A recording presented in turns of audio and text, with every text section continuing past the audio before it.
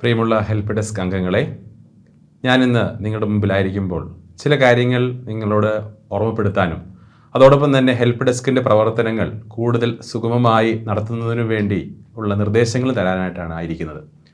ഒന്നാമതായിട്ട്, ഈ കഴിഞ്ഞ ദിവസങ്ങളിൽ നമ്മുടെ അതിരൂപതയുടെ വിവിധ സ്ഥലങ്ങളിലായിട്ട് വിവിധ ഫൊറോനകളിലെ ഹെൽപ്പ് ഡെസ്ക് സഹായങ്ങൾ വന്ന് അവർക്കുള്ള പരിശീലന പരിപാടികൾ നമ്മൾ സംഘടിപ്പിക്കുകയുണ്ടായി. ഏറ്റവും മനോഹരമായിട്ട് നമുക്ക് സംഘടിപ്പിക്കാനായിട്ട് സാധിച്ചു. ഒത്തിരിയേറെ ആളുകൾ അതിൽ സംബന്ധിക്കുകയും ചെയ്തു. ചില ആളുകൾക്ക് ഈ പറഞ്ഞതുപോലെ ജോലിയുടെ അസൗകര്യങ്ങൾ ഉണ്ടായിരുന്നത് കൊണ്ട് വരാൻ സാധിച്ചില്ല. പക്ഷെ പരമാവധി ആളുകൾ അതിൽ സംബന്ധിക്കുകയും വളരെ ക്രിയാത്മകമായിട്ട് ചോദ്യങ്ങളൊക്കെ ചോദിക്കുകയും നിങ്ങളുടെ സംശയങ്ങൾ നിവാരണം ചെയ്യുകയൊക്കെ ചെയ്തിരുന്നു.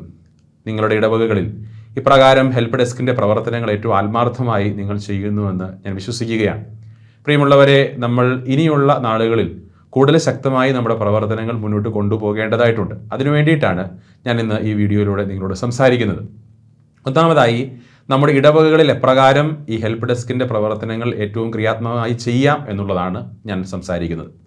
ഈ അടുത്ത നാളുകളിൽ തന്നെ ഈ ക്ലാസ്സിന് ശേഷം 1-2 ഇടവകകളിൽ നിന്നും അവിടുത്തെ ഹെൽപ്പ് ഡെസ്ക് അംഗങ്ങളും അതോടൊപ്പം തന്നെ വികാരി അച്ഛന്മാരും എന്നെ നേരിട്ട് വിളിക്കുകയും അവിടെ ക്ലാസ്സുകളും പരിശീലന പരിപാടികളും സംഘടിപ്പിക്കണമെന്ന് എന്നോട് പറയുകയും ചെയ്തു. അപ്പോൾ പ്രിയമുള്ളവരെ, തീർച്ചയായിട്ടും നിങ്ങൾക്കറിയാം, ഞാൻ ഒരാൾ വിചാരിച്ചാൽ മാത്രം എല്ലാ ഇടവകളിലും പോയി ഇപ്രകാരമുള്ള പരിശീലന പരിപാടികൾ സംഘടിപ്പിക്കാനും അവിടെ ഇപ്രകാരമുള്ള കാര്യങ്ങൾ ചെയ്യാൻ സാധിക്കില്ല. അവിടെ ഒന്നാമതായി നിങ്ങളുടെ സഹായം എനിക്ക് ആവശ്യമായിട്ടുണ്ട്. അതിന് നിങ്ങൾ ചെയ്യേണ്ടത്, ഞാൻ നിങ്ങളുടെ വാട്സപ്പ് ഗ്രൂപ്പിൽ ഇതിനെക്കുറിച്ചുള്ള നിർദ്ദേശങ്ങൾ തരും. അപ്പോൾ ഫൊറോന തലത്തിൽ നിങ്ങൾക്ക് ക്ലാസ് എടുക്കാനും ഇപ്രകാരമുള്ള പരിശീലന പരിപാടികളിൽ സഹായിക്കാനും സാധിക്കുന്നവർ പേര് നൽകുകയും അവർക്ക് വേണ്ടുന്ന പരിശീലനങ്ങൾ നൽകി അല്ലെങ്കിൽ വേണ്ടുന്ന ഗൈഡൻസുകൾ നൽകി പറഞ്ഞയക്കുകയും ചെയ്യും. അവർ തീർച്ചയായിട്ടും ഇപ്രകാരം ഇടവകകളിൽ നിങ്ങളുടെ ഫൊറോനകളിലുള്ള വാർഡുകളിൽ ഒക്കെ ക്ലാസ്സുകൾ നയിക്കുകയും വേണ്ടുന്ന നിർദ്ദേശങ്ങൾ നൽകുകയും ചെയ്യുമെന്ന് ഞാൻ പ്രതീക്ഷിക്കുകയാണ്. രണ്ടാമതായിട്ട്, നമ്മളിപ്പോൾ പ്രധാനമായിട്ട് ഉദ്ദേശിക്കുന്നത്, നമുക്കറിയാം ഈ വർഷം സമുദായ ശാക്തീകരണ വർഷമാണ്. നമ്മൾ 2 കാര്യങ്ങളാണ് ഉദ്ദേശിക്കുന്നത്. ഒന്ന്, EWS സംവരണം. പ്രിയമുള്ളവരെ, നമ്മൾ ഒത്തിരി നാളുകളായി ഇതിനെക്കുറിച്ച് കേൾക്കുന്നു. പക്ഷെ പലപ്പോഴും നമുക്ക് ഇതിനെക്കുറിച്ച് വ്യക്തമായ ധാരണകളില്ലാത്തതുകൊണ്ടും അതിൻ്റെ പ്രയോജനങ്ങളും അതിൻ്റെ നന്മകളെക്കുറിച്ച് അറിവില്ലാത്തതുകൊണ്ടും പലപ്പോഴും നമ്മൾ ഇതിനെ അപേക്ഷിക്കുന്നില്ല. മാത്രമല്ല, അത് എന്തെങ്കിലുമൊക്കെ തടസ്സം നേരിട്ടാൽ നമ്മൾ അതിൽ നിന്ന് പിന്മാറുകയും ചെയ്യും. പ്രിയമുള്ളവരെ, ഇതിൻ്റെ വളരെയധികം ആനുകൂല്യങ്ങളെക്കുറിച്ച് നമ്മൾ തിരിച്ചറിയണം.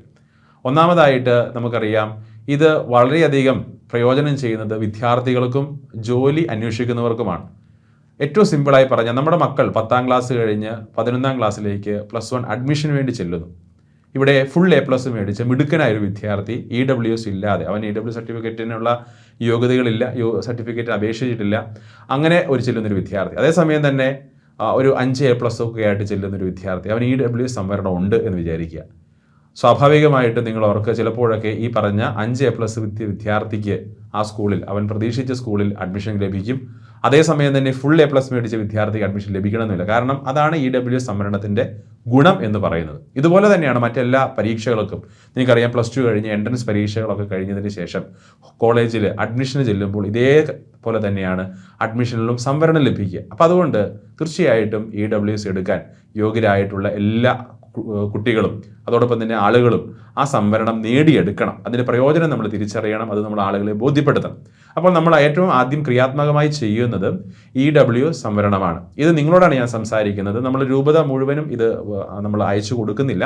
ഇത് ഹെൽപ്പ് ഡെസ്ക് അംഗങ്ങൾക്ക് മാത്രമായുള്ള വീഡിയോയാണ്. അപ്പോൾ അതുകൊണ്ട് തുടർന്ന് EWSനെ കുറിച്ചുള്ള അതിൻ്റെ നന്മകളെക്കുറിച്ചുള്ള വിശാലമായൊരു വീഡിയോ നമ്മൾ അതിനെക്കുറിച്ച് ധാരണയുള്ള, അതിനെക്കുറിച്ച് കൃത്യമായി പറയുന്ന ആളുകൾ സംസാരിച്ച് നിങ്ങൾക്ക് അയച്ചു തരുന്നതാണ്. നിങ്ങൾ ഇടവകൾ ഷെയർ ചെയ്യുകയും അതിൻ്റെ പ്രാധാന്യം ആളുകളെ ബോധ്യപ്പെടുത്തുകയും ചെയ്യേണ്ടതാണ്.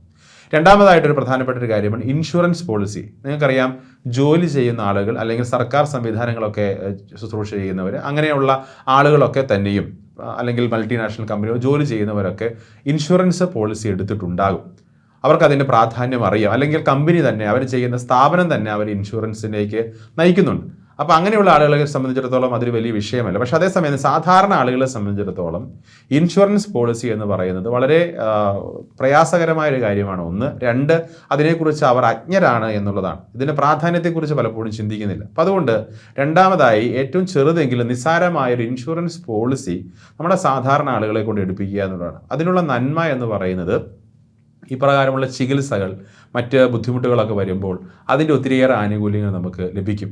ഞാൻ ഉദ്ദേശിക്കുന്നത് ലൈഫ് ഇൻഷുറൻസിനെ കുറിച്ചുള്ളതല്ല, ഹെൽത്ത് ഇൻഷുറൻസിനെ കുറിച്ചാണ്. കാരണം നമുക്ക് ചെറിയ അസുഖങ്ങൾ വന്നു, ആശുപത്രിയിൽ പോകും. നമുക്കറിയാം, സാധാരണ ആശുപത്രിയിൽ പോയാലും മിനിമം ഒരു 5000 രൂപ അല്ലെങ്കിൽ 10000 രൂപയെങ്കിലും നമ്മൾ ആശുപത്രി ചിലവിലേക്കായി നൽകണം. അപ്പോൾ ഓർക്കുക, ഭർത്താവും ഭാര്യയും മക്കളുമുള്ള ഒരു കുടുംബത്തിന് മിനിമം ഒരു വർഷമെങ്കിലും മിനിമം ഒരു 10,000 അല്ലെങ്കിൽ 15,000 20,000 രൂപയെങ്കിലും ചിലവാകാനുള്ള സാധ്യതയുണ്ട്.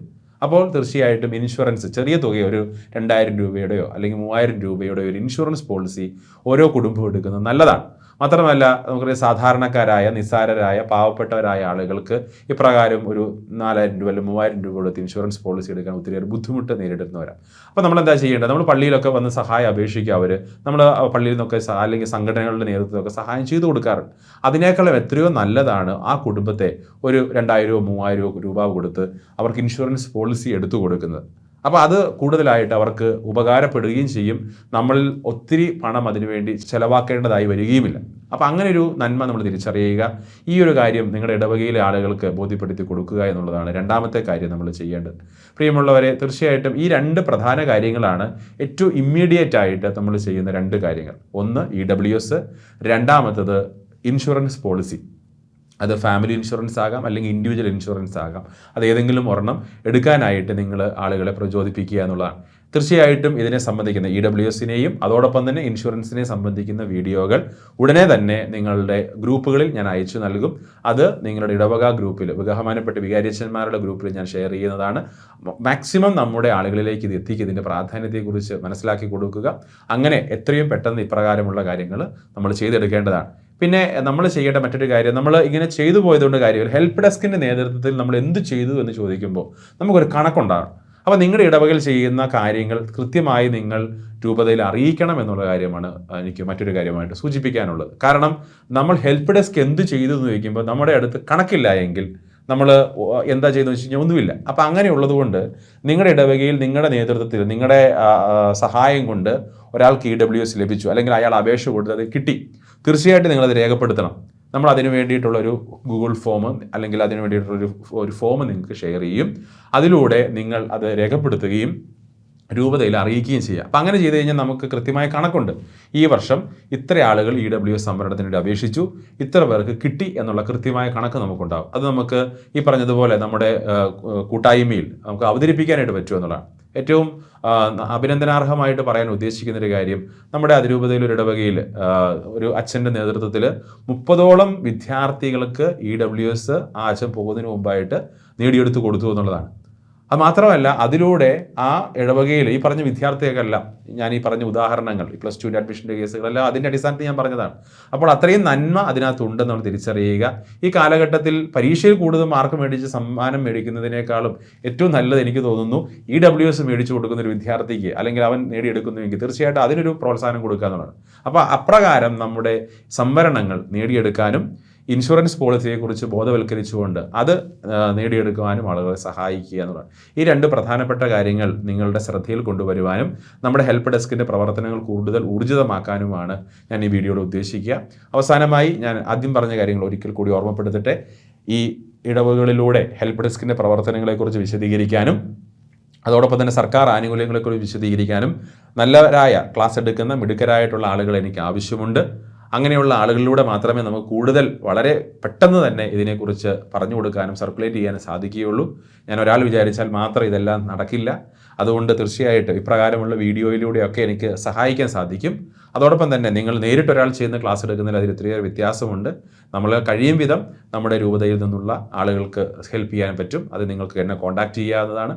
അതോടൊപ്പം തന്നെ നിങ്ങൾ ഫൊറോനയിൽ നിന്നും ഹെൽപ്പ് ഡെസ്കിന് പ്രകാരം ക്ലാസ്സുകൾ എടുത്തുകൊണ്ട് സഹായിക്കാനായിട്ട് സന്നദ്ധതയുള്ള ആളുകൾ, ക്ലാസ് എടുത്ത് പരിചയമുള്ളവരാകാം, അങ്ങനെയുള്ള ആളുകൾ മുൻപോട്ട് വരികയാണെങ്കിൽ ഇതിനുള്ള പരിശീലന പരിപാടികൾ ഓരോ ഫൊറോനയിലും വന്ന് ഈ മാസം തന്നെ ചെയ്തു തരാൻ ഞാൻ റെഡിയാണ്. തീർച്ചയായിട്ടും അപ്രകാരമുള്ള ആളുകൾ ഞാൻ ഗ്രൂപ്പിൽ അതിൻ്റെ ലിങ്ക് ഷെയർ ചെയ്യാം. അത് രജിസ്റ്റർ ചെയ്യാനായിട്ടുള്ളത്, അത് നിങ്ങൾ താല്പര്യമുള്ള ആളുകൾ അതിൽ പേര് രജിസ്റ്റർ ചെയ്യുക. ഓരോ റീജിയൻ വൈസ് അല്ലെങ്കിൽ ഓരോ ഫൊറോന വൈസ് നമുക്കതിൻ്റെ ക്ലാസ്സുകൾ ക്രമീകരിക്കാനായിട്ട് സാധിക്കും. എനിക്ക് ഫൊറോയിൽ നിന്നും ഒത്തിരി ആളുകൾ ആവശ്യമില്ല, ക്ലാസ്സുകൾ എടുക്കാൻ സന്നദ്ധതയുള്ള ഒരു 10 പേര് മതിയായിരിക്കും. നമുക്ക് അതുകൊണ്ട് തന്നെ വളരെ ഭംഗിയായിട്ട് ചെയ്യാനായിട്ട് സാധിക്കുമെന്ന് ഞാൻ പ്രതീക്ഷിക്കുകയാണ്. ഏറ്റവും ആത്മാർത്ഥമായിട്ട് ഇതിനോട് സഹകരിക്കുന്ന നിങ്ങൾക്ക് എല്ലാവർക്കും ഒരിക്കൽ കൂടി ഏറ്റവും ഹൃദയപൂർവ്വം നന്ദി അറിയിപ്പിക്കുകയാണ്. അതോടൊപ്പം തന്നെ ഈ ക്ലാസ്സിലൊക്കെ നിങ്ങൾ പങ്കുചേർന്നു, ഫൊറോനയിൽ റീജിയൻ തിരിച്ചുള്ള ക്ലാസ്സുകൾ നിങ്ങൾ പങ്കുചേർന്നു, അതിന് പ്രത്യേകമായിട്ട് ഒരിക്കൽ കൂടി നന്ദി അർപ്പിക്കുകയാണ്. അവസാനമായിട്ട് ഹെൽപ്പ് ഡെസ്കിൻ്റെ ഹാൻഡ് ബുക്ക് നിങ്ങളെ ഫലമേൽപ്പിച്ചിരുന്നു. തീർച്ചയായിട്ടും നിങ്ങൾക്ക് സാധിക്കുന്നത് പോലെ അത് ഇടവകകൾ വിതരണം ചെയ്ത് അതിൻ്റെ തുക രൂപതയിൽ ഏൽപ്പിക്കണമെന്ന് സ്നേഹത്തോട് ഓർമ്മിപ്പിക്കുന്നു. അത് ഈ മാസമാകുമ്പോഴത്തേക്ക് അതിൻ്റെ കാര്യങ്ങളൊക്കെ നമുക്ക് വൈൻഡപ്പ് ചെയ്യേണ്ടതായിട്ടുണ്ട്. അത് വികാരി അച്ഛന്മാരെ ഓർമ്മപ്പെടുത്തിക്കൊണ്ട് നിങ്ങൾ അതിൻ്റെ കാര്യങ്ങൾ എത്രയും വേഗം ചെയ്യണമെന്ന് സ്നേഹത്തോടെ ഓർമ്മിപ്പിക്കുന്നു. എല്ലാവർക്കും നല്ല ദിവസങ്ങൾ ആശംസിക്കുന്നു, പ്രാർത്ഥിക്കുന്ന എല്ലാവരെയും സർവ്വശക്തൻ അനുഗ്രഹിക്കട്ടെ.